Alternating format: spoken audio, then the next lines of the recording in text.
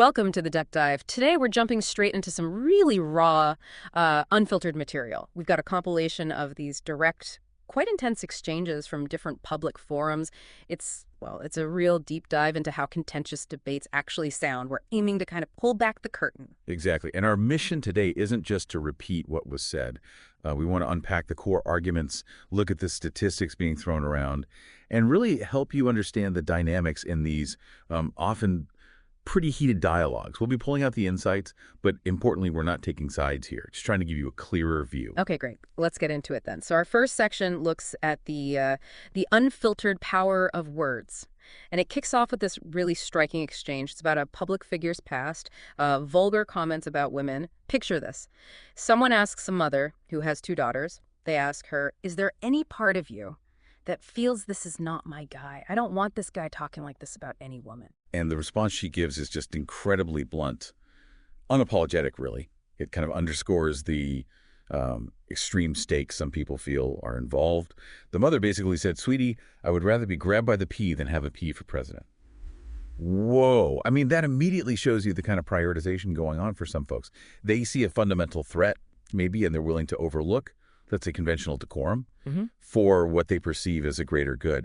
It really highlights how personal and, values-driven these public clashes can get. Yeah, that opening is definitely raw, and it shows that power of individual expression. But then when does that power cross a line? Or, maybe more interestingly, when are people sort of forced to say things they don't agree with? Which brings us nicely to this nuance in the free speech debate. Required speech versus forbidden speech. We hear from Professor Peterson on this. He makes a distinction, right, between there's something you can't say and there's things that you have to say. Right. And this is where his view on gender identity and pronouns comes in. It's central to his point. He calls them made-up pronouns, describes them as neologisms, new words, and he connects them to what he sees as authoritarian political correctness. His thinking seems to be that forcing people to use specific new language, well, that infringes on their liberty. He sees it as a feature of, coercive systems. He says he's done my homework, read up on authoritarian political systems, and he basically refuses to be a mouthpiece for language that I detest. Okay, so that's a very clear line he's drawing, but, for listeners who might just see using new pronouns as simple courtesy, how does his argument address that? Like, what's the core conflict he's really getting at beyond just the words? Well, the core conflict for him seems to be philosophical. It's about compelled speech. It's not just about being polite, in his view. It's about the right not to be forced to use or promote language that he finds ideologically loaded, or language that maybe doesn't fit with his own view of reality or freedom. The sort of underlying question he's asking is, does a social expectation become a demand that steps on fundamental principles? Freedom of thought, freedom of expression. So, yeah, it's less about the specific words themselves and more about what he sees as a demand for ideological conformity.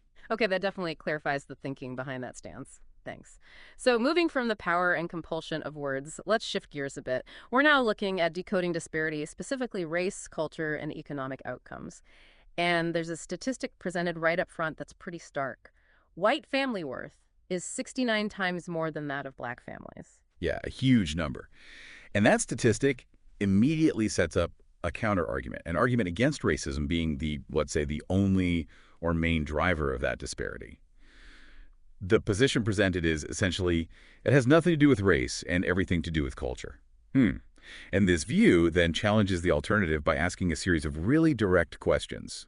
The idea is, if culture isn't the main issue, then how do you explain these other things? Right. It's a whole series of questions, isn't it? All pointing towards that culture argument. Like, Yeah. they ask, explain to me why black kids aren't graduating high school and why black kids are shooting each other at much higher rates than white kids. The questions keep coming, focusing on crime stats. Explain why 13% of the population is responsible for 50% of the murder and why the number of black kids in prison is so high. The goal seems to be shifting the focus away from systemic issues towards internal cultural factors. Exactly. That's the thrust. It sort of culminates with a claim about family structure. Explain why the single motherhood rate in the black community jumped from 20% to 70% during the same time the civil rights movement was making progress. And that's backed up with another statistic. About 70% of juvenile delinquents, teenage runaways, pregnancies out of wedlock are committed by the children of single mothers. And the whole segment wraps up with this really powerful statement about what a child should hope for. If you were in the womb right now, the one thing you should hope for is my parents are married. Wow. That really frames family structure as absolutely critical and ties it directly back to those cultural arguments. It just shows how differently people can frame the reasons for disparity. But hearing all these strong statistical claims, it makes you wonder, how do we evaluate them? How do we know they're solid? Which brings us to our next section, the battle for truth, how statistics are used and sometimes challenged. And we hear that challenge directly. You keep saying, statistics, but anybody can make up a statistic. Mm-hmm. But the response to that is quite pointed. The person rebutting compares denying statistics to being a smoker, and I'm very upset about the smoking statistics until you tell me about lung cancer. The point being is pretty clear. The statistics are the statistics. It reflects this belief that the numbers, if you understand them correctly, well, they tell a story, even if it's an uncomfortable one. Okay. And this leads into a really specific debate about statisticist rape reporting. One side says something like 1 in 7 of Canadians actually even just report rapes. But then the other side says, no, less than 10% of rapes are actually reported to police. So the obvious question is, if they aren't reported to the police, how do we even know about them? How can that figure be claimed? That's a really important point to clarify. And the explanation given is that this unreported data comes from other places, not just official police files. The speaker mentions knowing this from all of the women's organizations, from online resources, socialized organizations that study rape. They even cite personal experience, like working with a rape crisis center and using the number of calls they receive. They also mention police knowing about cases through unofficial reports, third-party reporting, things like that.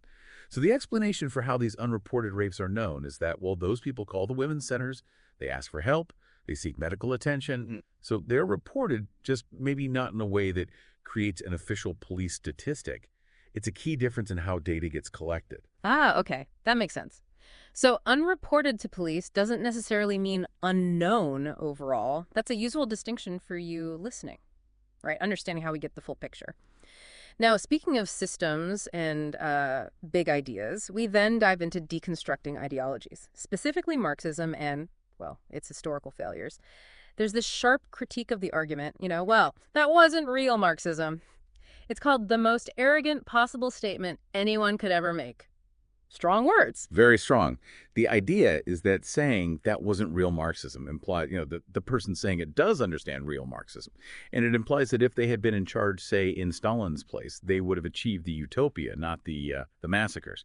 Because the implication goes, I understand the doctrine correctly and I am good. But the counter argument is pretty blunt. You probably don't understand it and you're not that good. So the argument isn't just that the leaders were flawed, but the system itself. That's the historical point made to back that up, to counter that idea that someone truly good could just apply real Marxism successfully. The historical lesson presented is that even with the best intentions and competence, the system itself makes acting morally almost impossible. The speaker points to history, using Stalin rounding up and shooting all the old guard who ran the damn revolution, plus millions more as an example. The argument is that the nature of that system, the power struggles, the mechanisms it uses it, inevitably leads to those kinds of outcomes. It doesn't matter how pure the initial theory or the intentions were.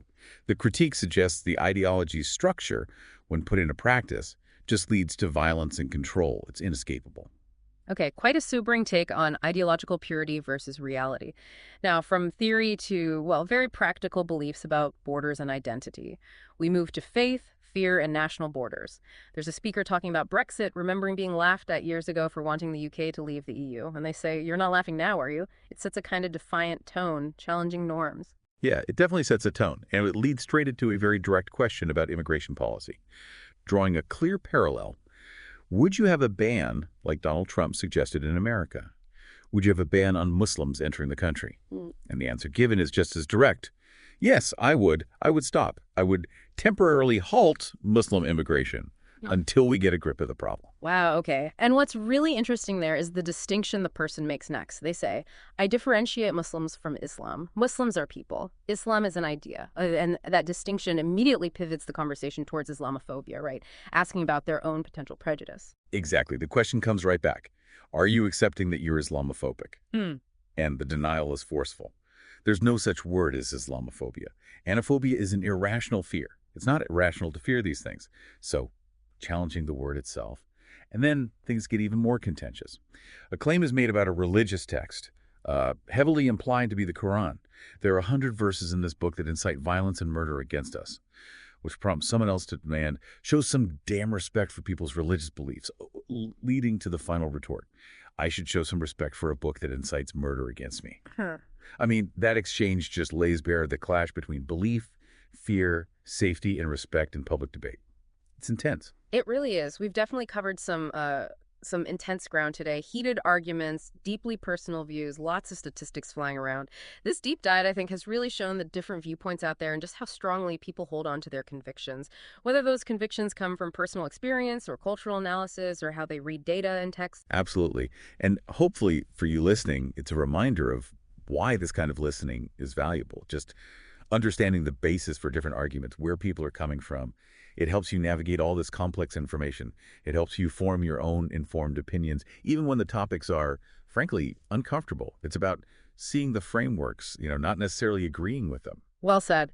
So, thinking about all this, how personal arguments and statistics can just collide, it leaves us with a question for you. What responsibility do you feel you have to engage with ideas that really challenge your own worldview? And maybe, how can we, collectively, create spaces where these tough conversations can happen without just becoming shouting matches? Something to think about.